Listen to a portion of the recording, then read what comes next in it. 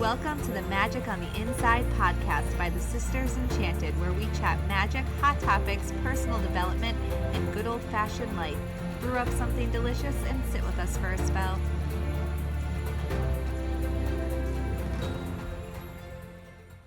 Hey everyone, it's Sara here at the Sisters Enchanted, and today I'm bringing you a solo episode of our Magic on the Inside podcast, and I am talking to you about how to interpret reversed tarot cards. How to interpret reversed tarot cards. Now, we have lots of lessons and good stuff all about this topic in our Tarot Throwdown program, our Holistic Witchery program, on other episodes of the Magic on the Inside podcast. You can find this information in lots of other places in the Sisters Enchanted ecosystem. But today I'm talking to you about a different way of interpreting reverse tarot cards that I haven't talked about, I don't think, explicitly here before. So I'm excited to talk to you about this.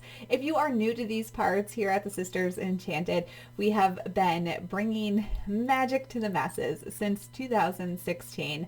And we are celebrating our 5th year as the Sisters Enchanted this month, May 2021. We are celebrating with our Tarot Throwdown program and live classes and chats every week in May, along with a one-day live virtual event on May 23rd for all of our Tarot Throwdown students. So if you're not registered for that, check it out at tarotthrowdown.com. It's super awesome. Over 4,600 people have taken it, and that's a testament in and of itself as to how great the program is. So we hope to see you in there for our live birthday event on May 23rd. All right, let's get into this. How to interpret reversed tarot cards. And we are talking about solar energy and lunar energy today as we go through this. Now, if you are in Holistic Witchery or one of our other programs where I talk about solar and lunar energy, then you're already familiar with this. You know that I believe that we need both solar and lunar energy to get to where we want to go in life. I talk a lot about lunar intentions versus solar goals and how they work together. Now, when we're reading tarot and we're looking at reversals, that can feel really challenging, and we get tons of questions around reversals. We have people in our community who don't read reversals, and I will say that as a person who's been reading tarot for 20 years now, when I first started reading tarot, we didn't have smartphones. We didn't have the internet at our fingertips like we do now. There weren't masses and masses of books and communities. So when I was learning tarot, it was just me, the tarot deck that I bought, and the little guidebook that came with it. And there weren't all these there wasn't all these meanings and information on oh, well, it means this if it's upright, it means this if it's reversed, or there's a different meaning or different ways of looking at it. None of that was a thing. I also didn't have any tarot books. So when I first started learning tarot, I did not live in a town that had a metaphysical shop. I was a teenager and I did not even know what a metaphysical shop was. I knew what witches were from pop culture. That's all the knowledge that I had. And I bought my tarot deck in Disney World on a school band trip while I was there to play the trumpet. So my tarot knowledge was super limited. I just knew in theory what a tarot deck was, kind of, and I just knew I needed to own one. And so I bought it when I saw it, and that was it. There wasn't all of this should I, shouldn't I, how do I do it, am I doing it right, am I doing it wrong? It was just what you had. You had a tarot deck and you had the little book, if you were lucky, that came with it, because not every card deck comes with a little book either. So there wasn't all of this, and sometimes I wonder if that wasn't a better way of learning tarot than what we have now with 800 blog posts and sites to confuse us, and all of these resources, and you should do it this way, I know you should do it this way, but there's also these 800 layers, and this person's such a better reader or whatever. I just remember learning, and I didn't have all of this memorize the cards. It was very just start using them. Start using them. And I really believe that to be true about today too, and that's how we teach Tarot Throwdown. Just start using those cards. But over the years, I think that I didn't have this relationship with reversals that a lot of people have today, in terms of sort of shying away from doing them because it feels challenging or it feels like another thing you have to learn, because it wasn't like that. It was just another way the card was, and either you read it or you didn't. And I think that today still, either you read it or you don't. I wouldn't dwell on it. But over the years, this is one way that I started looking at how to interpret reversals in tarot. And it really coincides with a lot that we teach here around shadow work and, even in our astrology program, our expedition astrology program, around what your sun means for you, your moon. It's really good stuff. So let's look at that here with tarot. When we look at our upright cards, those cards are in their soul. That's like their solar nature. It is their clearest, their clear meaning, what the card stands for, what it says in the little guidebook. That is what that means. Solar energy, it's noticeable. It's conscious. We see it. So when you pull cards in an upright position, quite often, I think the idea would be that we would look at those cards and it's something that's not a surprise to us. So it might be a little like, I have to think about that. But typically speaking, I would say that, when we pull upright cards, it's something on the surface level. It has to do with us, like how we're moving through the world, what's going on in our direct tangible life. And it's typically not like that doesn't really sound like me at all, sort of how do I make this work kind of thing. Like the card means what it means when it's upright, right? Like it is what it is. If you have an intuitive insight, it is what it is. That's solar. It's what we see around us. It's conscious energy. So solar energy, think about the sun, right? If the sun is out shining, I guess if there's no clouds, you can look up and find the sun. There's no way you're going to miss it. Where the moon is hidden away from us for half the time. We got to look for it. It's in all different places. Who knows where it is, right? The sun is there. We know it's there. It's impacting us every single day. And when the sun is shining, we can see. We can see what's going on around us. It's very solar. We go after our goals during the day. We do our checklist items during the day. And your upright tarot cards have that solar energy. This is the message. This is what that message is, right? A reverse card is more lunar. That's more of a lunar energy.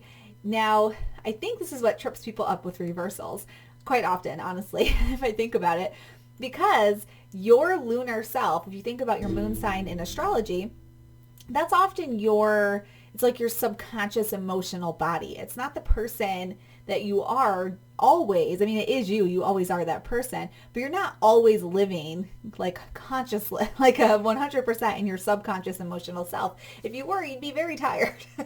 You would be so tired. So our moon, it's this piece of us that we don't always see. Often it comes out when we're challenged. It's shadow work that needs to be done. It's how we react when we're emotionally pressed or we're feeling confined in a way or like not nurtured. And a reversal can be a lot like that. It's something that's not so obvious to us. It's something that maybe we deny and we're like, I have no idea what that means. That means nothing for me. And I really do think, the more that I think about it, that when it comes to interpreting reversals, that maybe this is why people find it so challenging and why it's like, it doesn't make sense. I just can't piece it together. Because often when we look at our lunar selves, our shadow work selves, it doesn't make sense. It's hard. It's hard because it's the stuff about us that we don't want to see. So for example, take the Three of Pentacles, right? The Three of Pentacles in its upright position, that's a very solar, the Pentacles is an earth suit. So it's our behaviors here on earth, and that's very solar. So the Three of Pentacles upright, it's a teamwork card. It's in the typical imagery, the standard imagery, it's like three people working together. And the idea there is that for teamwork to work, you got to let go a little bit. You can't, everybody's going to be a little different, and we just got to work together here. And that's through those behaviors, though, is how we're going to grow. We can do more, faster, better as a team than by ourselves. So that's the Three of Pentacles. It's very solar. It is what it is. The Three of Pentacles reversed, if we're looking at our lunar selves, like maybe we're feeling attacked in a teamwork situation. Maybe we really are not being good team players.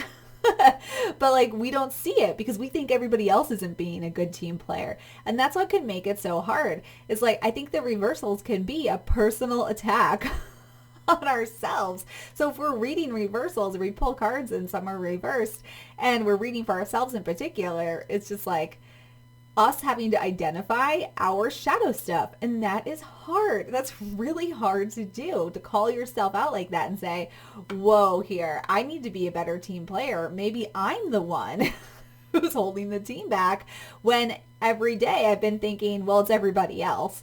But here with this reverse card, if I'm looking at it in that lunar energy, what is my subconscious being? How is this piece of myself, my shadow self, I need to explore? Where am I the one who's not being the team player? And that's really hard. That's a hard thing to face. So let's look at another example. Let's see, let's look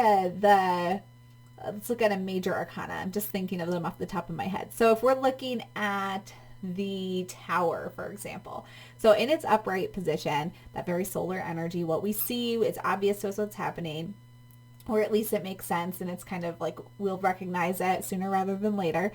That's a like chaos card. It's an upheaval card. In the card, there's a tower, and it's been struck by lightning, and it's falling apart. It's breaking over, and there are people jumping out of windows, and it comes out of nowhere. So you think of a lightning strike. It's no one can predict it. It happens. It's chaos, right? That's what's happening in the Tower card. So you've pulled that upright and you're like, oh, there's sudden chaos, and it's uprooted everything. And there's a good chance that you can see it. Or if it's a message of something to come, or something to consider from the past, we can often pinpoint that thing. Reversed, if we're looking at that as our lunar energy, perhaps that's a call to see where we, again, are causing that chaos, or where we're thriving in it, which is a weird thing to consider.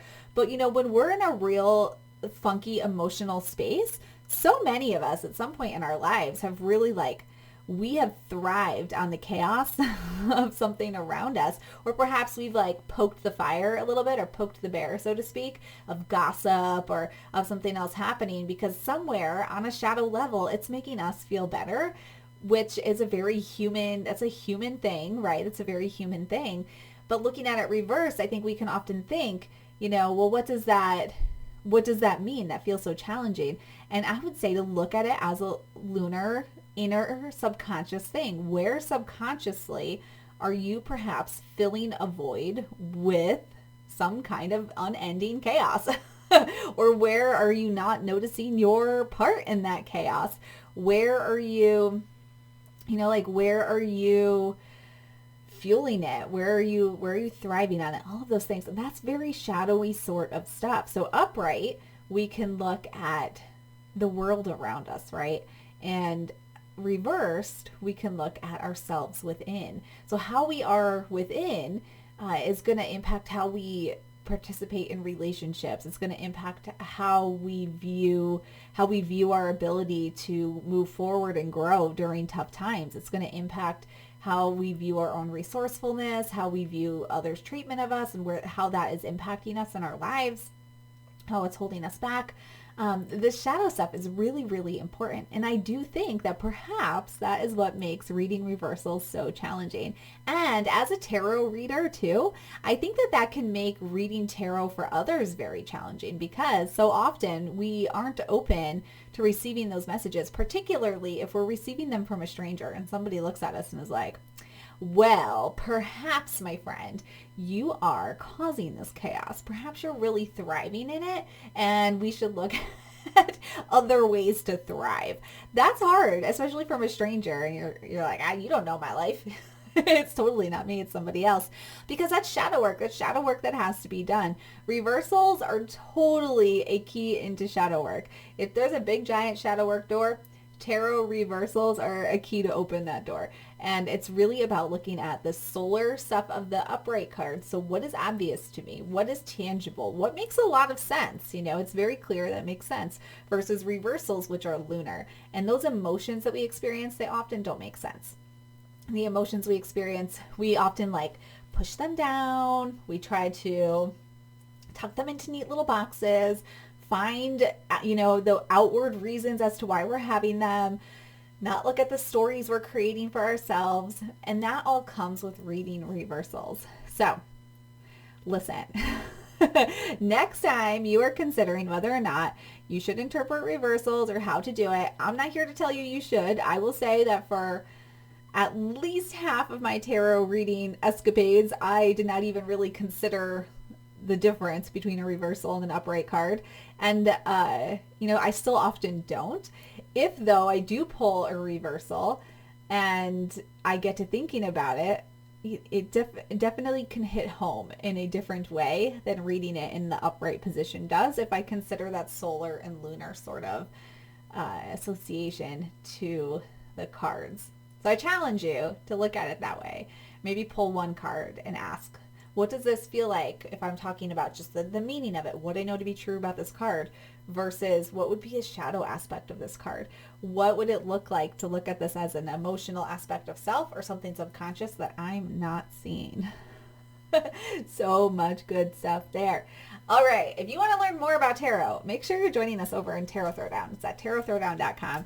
As I mentioned earlier in this episode, we're celebrating our birthday here at the Sisters Enchanted all month long with tarot goodness. It's how we love to celebrate. It's how we started the Sisters Enchanted. Tarot and divination were our first classes here back in 2016, and we love to celebrate with a little bit of tarot goodness each and every year as our birthday rolls around. And this is a special one because we are 5. And when we started the Sisters Enchanted, we really had no vision for anything other than to have fun and talk to people about the stuff that we love to do and how we love to live life.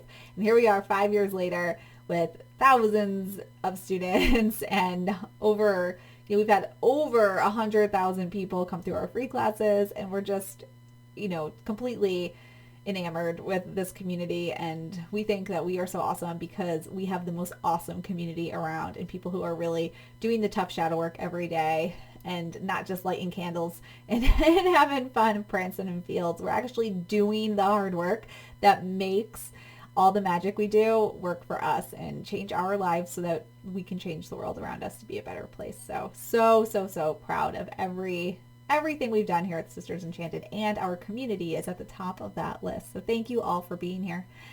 Anyway, again, check out Tarot Throwdown, tarotthrowdown.com. And until next time, I hope that you have an enchanted rest of your day ahead.